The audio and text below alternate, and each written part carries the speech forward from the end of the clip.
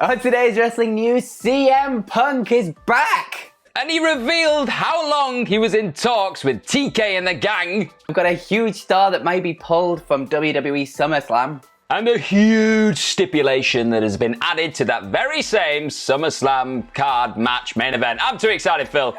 It's clobbering time! CM Punk came back last night and we're all a little bit excited. But I'm Phil, that's Gareth. Subscribe to the channel, like the video, comment down below what you think of CM Punk coming back. And yeah, links to each story are in the description, so click those and away you go. But obviously, up first, the world is talking about it. CM Punk returned on AEW Rampage last night, and it was glorious. It was absolutely fantastic. He started the show, they came out, and then they had the opening Rampage music and they ran through the card, and then everything went silent, and obviously the crowd came right up with massive CM Punk chants, and then they just let it hang there for a little moment, and then the Cult of Personality played, and out he came for one of the most fun and emotional 20 minutes segments of wrestling you could possibly hope for ever. He came out, you could see it on his face, he was just absolutely overwhelmed. The crowd reaction was incredible. If you haven't watched this, what the hell are you doing with your life? Stop this video right now and go and bloody watch it. It was absolutely fantastic. But he took his time coming down to the ring. He was hugging people at ringside. He did a crowd dive into everyone. He was loving every minute of it, and he came out and yeah, the pop was just incredible and sustained and just never ended. It was absolutely amazing. He said, I hear you, Chicago. I hear everyone chanting CM Punk for 7 years. He's heard it. He went in, he talked about how he apologized for leaving for so long, and if any of his life choices upset or disappointed anyone, that was the only way he could get sort of physically, emotionally, and mentally healthy again. And he spoke about how back in 2005 when he left Ring of Honor, he left professional wrestling behind, and now he's finally coming back to it. He also said that there's still a lot more to get to and a lot more to talk about that will happen because he's got loads of time. He's got all the time in the world. He's got Wednesdays, he's got Fridays, he's got 4 Saturday or Sunday pay-per-views a month. He's here to stay. And the first match, he immediately called out Darby Allin. He said he wants to come back, he's seen all the young guys, and he wants to come back and be in amongst all this excitement and wrestling, and Darby Allin is his first choice, and Darby was up in the rafters with Sting. And yeah, the first match with CM Punk is going to be at AEW All Out, and it's going to be CM Punk versus Darby Allin. But honestly, this is one of the greatest crowd reactions of all time. It is incredible. If you haven't watched it, 100% go and watch it. It's absolutely remarkable. I mean, where do you even start, Phil? It's just, honestly, a roller coaster 20 minutes, it doesn't do it justice. It's just... Yeah. Nothing I can say, explaining what he said will do it justice. Just go and set yourself a bit of time and go and sit and watch it. I've already watched the full thing twice this morning, and his first little entrance popped 5 times or something. Just the emotion. If you thought Edge's comeback emotion on his face was something, we're on again. We're going to go again. It was up there. It was one of those things where it felt like he was... There's been a strange narrative, I guess, around CM Punk ever since he left, where there's been this conversation about him perhaps having something against wrestling now. He had a chip on his shoulder, didn't want anything to do with it, and he was pushing back away from those CM Punk chants and just burying his head in the sand, doing his films, doing his MMA. And it felt like this promo was a way of going, right, I've never just done this to kind of disrespect anyone. I just wanted to do my own thing, and I'm sorry about that if that came across that's what I was doing. There's the odd kind of, not booze, but rejection of this from the crowd. They were like, no, dude, we love you. We still love you, man. And it was great. And then he just put over Britt Baker, he put over Darby. He knows what he's doing, this guy. His line was, you guys still know how to make a kid feel like Britt Baker in Pittsburgh, which was absolutely amazing. Madness. He said that in the post meet. It got a scrum after this show. It just tells you everything you need to know about how big this whole thing was. And he just said, yeah, I put over Britt Baker straight away with my first line. I knew everyone was going to be super excited about the first thing I said, so I thought, why not use it to put over one of his favourite wrestlers. It's just, he's brilliant. He just gets it. He seems like he's having fun again. It's just, fills us with joy. But in terms of what was going on with his contract situation, how long he was in talks with AEW, that's a big talking point that a lot of people are wanting to really know the nitty-gritty details of. And now Fightful have reported that Punk was in talks with Tony Khan, all of AEW, everything like that, for approximately a year and a half. So that means he was pretty much like spitballing this, discussing it, figuring out what he was going to do with it from early 2020. So maybe even pre-pandemic, he was talking about doing this, which is crazy. Imagine, I mean, I don't want to go through the what if scenarios and everything else. Like maybe there was a world where he could have joined AEW before the whole like current global just awful thing happened. That could have happened potentially, but obviously I think Tony Khan was saying he didn't want to just like pull that trigger on something like that when there was no fans, nobody there to enjoy it. Imagine if this kind of return would have happened in an empty arena. It's just, it doesn't bear thinking about. Wasn't the right time. This time, the United Center in Chicago, 15,000 fans buying a ticket on the back of a rumor. Just absolutely incredible. And yeah, in terms of a moment, like you could see it, like on the emotion of the fans, and like those, like they showed people crying at ringside and things, and in the audience, and it was just palpable. That connection that was there is just unlike anything else at the minute. Like just CM Punk in Chicago is just like perfect match made in heaven. Exactly. And he said a few other things. He said that he needed to be wined and dined before he joined AEW, and that wasn't a thing of like, oh, I need more money, I need this. He just wanted to get to know Tony Khan, really, get to know what it was all about. Like he's been offered this many odd little deals over the years. Like every 6 months, he says somebody tries to start up a new company, he says, hey, come on, Punk, come join us. So we need to know it was legit. He said it was a bit paranoid, neurotic, anxiety-ridden, and he's a very careful person. So it was one of those things where he wasn't in a hurry, and I think we can all agree, I think he made the right choice, didn't he? Because that was incredible. You've got to think it must have been quite a hard decision, because obviously he's been burnt by the wrestling business as a whole with WWE, not just physically broken by it, but like mentally and emotionally broken by it as well. And then sort of getting over that and getting healthy and happy again, and then coming back to this, and you and ahhing about will it be okay? Like, and then you've got all the unknowns about like, he's not done this for 7 years. It must have been quite a big decision. But we're going to have to wait and see at All Out to see what kind of shape he's in. But I have no doubt that CM Punk will have thrown himself into this full force, just like he did his MMA stuff. If you think about how he trained for MMA, that's how he's going to be training to come back into the wrestling ring. As a quick note, he did say that in the scrum as well, that he's been training to get back in the right shape to be able to wrestle in his underwear again. So that's all you need to know. And I cannot wait. Honestly, can't say it enough. Go and watch this if you haven't. It is absolutely incredible. But I suppose we should probably talk about other news as well. Really? We have to? Boo. Boo. But yeah, SummerSlam. PW Insider first reported that Sasha Banks was not going to be in attendance for SmackDown last night, and it turns out that was 100% right. Belair did mention her in a promo, but she just said that she is going to put the petty, jealous, insecure little brat in her place on Saturday night. I'm talking about Sasha Banks, obviously. And that was it, really, to build to this sort of the go-home show for SummerSlam, to build to this pretty huge WrestleMania 37 rematch between Bianca Belair and Sasha Banks, and that was kind of all we got. They've also both been taken off house shows recently for unforeseen circumstances, and PW Insider are reporting, though, that they still expect Banks to show up in Vegas, but WWE sources have told them that word making the rounds backstage is that it might be pulled. So it's all kind of up in the air with what's going on with Sasha Banks and SummerSlam at the minute, but I guess we're going to find out tonight. Yeah, I mean, that's crazy that SummerSlam's tonight. This weekend is just madness. But I think with this kind of situation, always bears thinking as a fan, we don't know everything that's going on. Not sure what's happening. We hope everything's okay. That's the most important thing. We want to make sure that they're both absolutely fine. Like, there's no real catastrophic reason why they've been taken off house shows, and potentially if Sasha doesn't show up at SummerSlam, what happens there?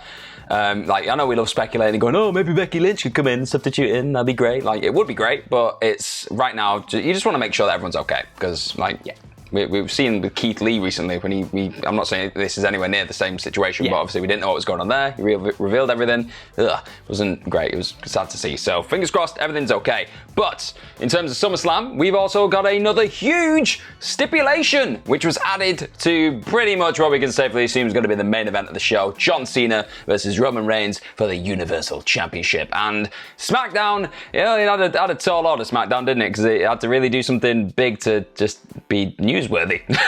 To what's try, happened. So what they've done is Roman Reigns is having a bit of a promo off with John Cena, pretty much like what they did last week, but it was ramped up. The crowd was pretty damn good, I've got to say. Like, you can say what you want about the Chicago crowd going nuts for Punk, but the Vegas, I think it was Vegas last night, they were mad as well. Like, they were just going crazy, and Reigns said, after Cena was saying something about like taking the belt and he's going to run off and he's going to leave him like in WWE as an afterthought, he's going to be the afterthought tribal chief, Reigns said if he loses, if Cena does do all this and he runs off with that belt, Roman Reigns will leave the WWE, which keeps up some kind of long-running thing in WWE where somebody has to leave town every time we do a SummerSlam, I think, because that happened to Sonya Deville last year.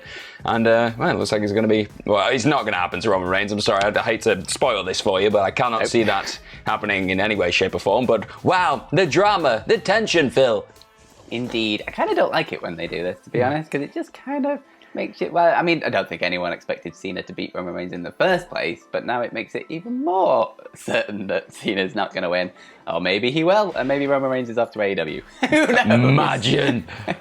Imagine, would it? That is not going to happen. I'll just put that out there. It's a ready-made feud, man. It's a ready-made feud, that's all I'm saying. But let's move over to your Twitter questions, and the first one of the day comes from Jack3, who says, read as though you're Adam Wilborn, was this the best pop ever? I can't do it. I thought he came into the room then, Phil. That was brilliant. Oh, so good. A secondary question, when does AJ Lee join AEW? Ooh, that's a good question. It was interesting that she wasn't in the front row in Chicago. Like, I mean, I think a lot of people not necessarily would have expected it, but it would have been nice maybe to see it. But then it was Punk's moment to a certain degree, so I can understand she was probably a bit like reticent to do that, and she probably just stayed in the back and gave him a big old hug when he got back. But I don't know, it's not a given. Like, she's not wrestled in a very long time as well. Like, I don't think she's in a rush. She's got a hell of a successful life, careers, everything she's doing outside of wrestling. She's built more than enough like stability and probably creative fulfillment away from wrestling. I don't think she's in any desperate need. I think if she wants to come back, she will, probably in a similar vein to Punk, but I don't know. It'd be great if she did. I'm not sure what we do with that. Yeah, it's a weird one because I love AJ Lee. I've been wanting her to come back ever since she left. She was absolutely fantastic, so entertaining.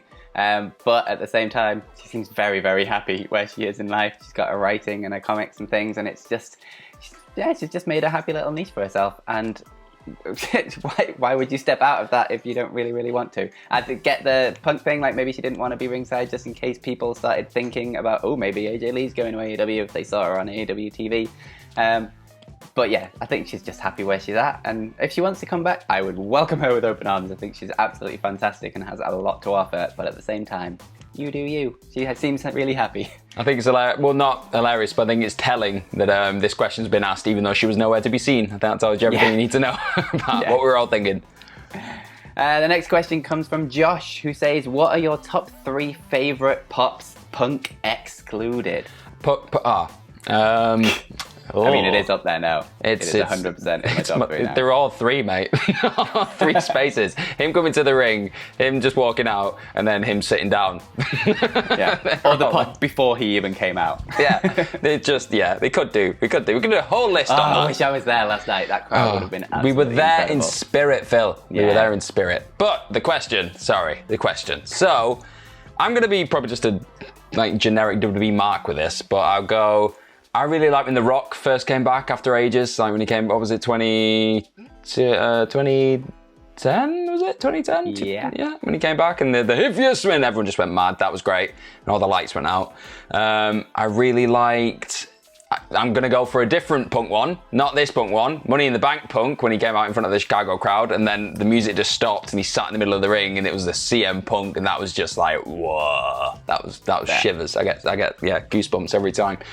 And then probably the Austin coming out to help WWE against the Alliance pop because, the glass shatters, boom. That's a pretty good one. What about yourself? That was going to be one of mine because that was a very good one. But I think you can pick any Austin pop from 97 and it'd pretty much be in there. I was going to go with Mick Foley winning the title for the first time on Raw as number 1 with a bullet. Love it so much. Can watch it forever and ever and ever and ever and ever. Then my mind's gone completely blank of what I was actually going to pick. I was going to pick every yes chant from the Yes Movement just because all of that was incredible. Daniel Bryan stood on top of the steel cage with the entire crowd yesing, absolutely incredible. When all the people were in the ring and just whenever he had literally the entire crowd pointing up at the sky, that was going to go in there. And I genuinely can't remember what my other one was going to be. We mentioned it already in this video, the Edge pop as well. That was pretty damn good. Yes, Edge at the Royal Rumble, that was actually going to be my other one. We were there, anytime man. Rikishi, we did a stream for that, I remember. I was so nostalgic. Or anytime Rikishi put his glasses on to have a dance with, too cool. That's a good one as well, yeah. And the final question of the day comes from Jeff Bone, who says, since every other question is going to be about Punk, I'll try and be different. They're putting Garcia over as a young, hungry technician. Do you think they might be building him as Danielson's Darby Allin, in a young guy, a fresh opponent who would mesh well with Daniel Bryan? Ooh. That'd be, wow, what a match that'd be. I just really like his insane sharpshooter right now, which is just something else. I think he's so crisp in the ring. He's just so fluid. He's just a technical master kind of thing. And I think you're right. I think he would really work well. I think anyone's going to work well with Bryan, obviously, but I think with the styles that they've got, they'll put on a clinic. It'll be so different to what you're going to get with Punk and Allin as well, because that's just going to be, I don't know, Allin just trying to kill himself and Punk just, kind of need him in the face a lot. But I think with the Bryan... very intrigued by this match. He's going to be great. I mean, just think of the possibilities. Just look at the roster right now that both of these guys, if Bryan does eventually come in, it's going to be frightening. What a time, Phil. I personally love the idea of Danielson working with all of the younger talent in AEW, and I think he would love that idea as well. I've pitched before, and I'll say it again, put him in the TNT Championship, have him as the one to beat Miro, then turn it into like a TV title where he wrestles every week on Dynamite or Rampage, and just faces younger guys, and they all just come in for a match with Daniel Bryan and sit under the learning tree for 20 minutes or whatever.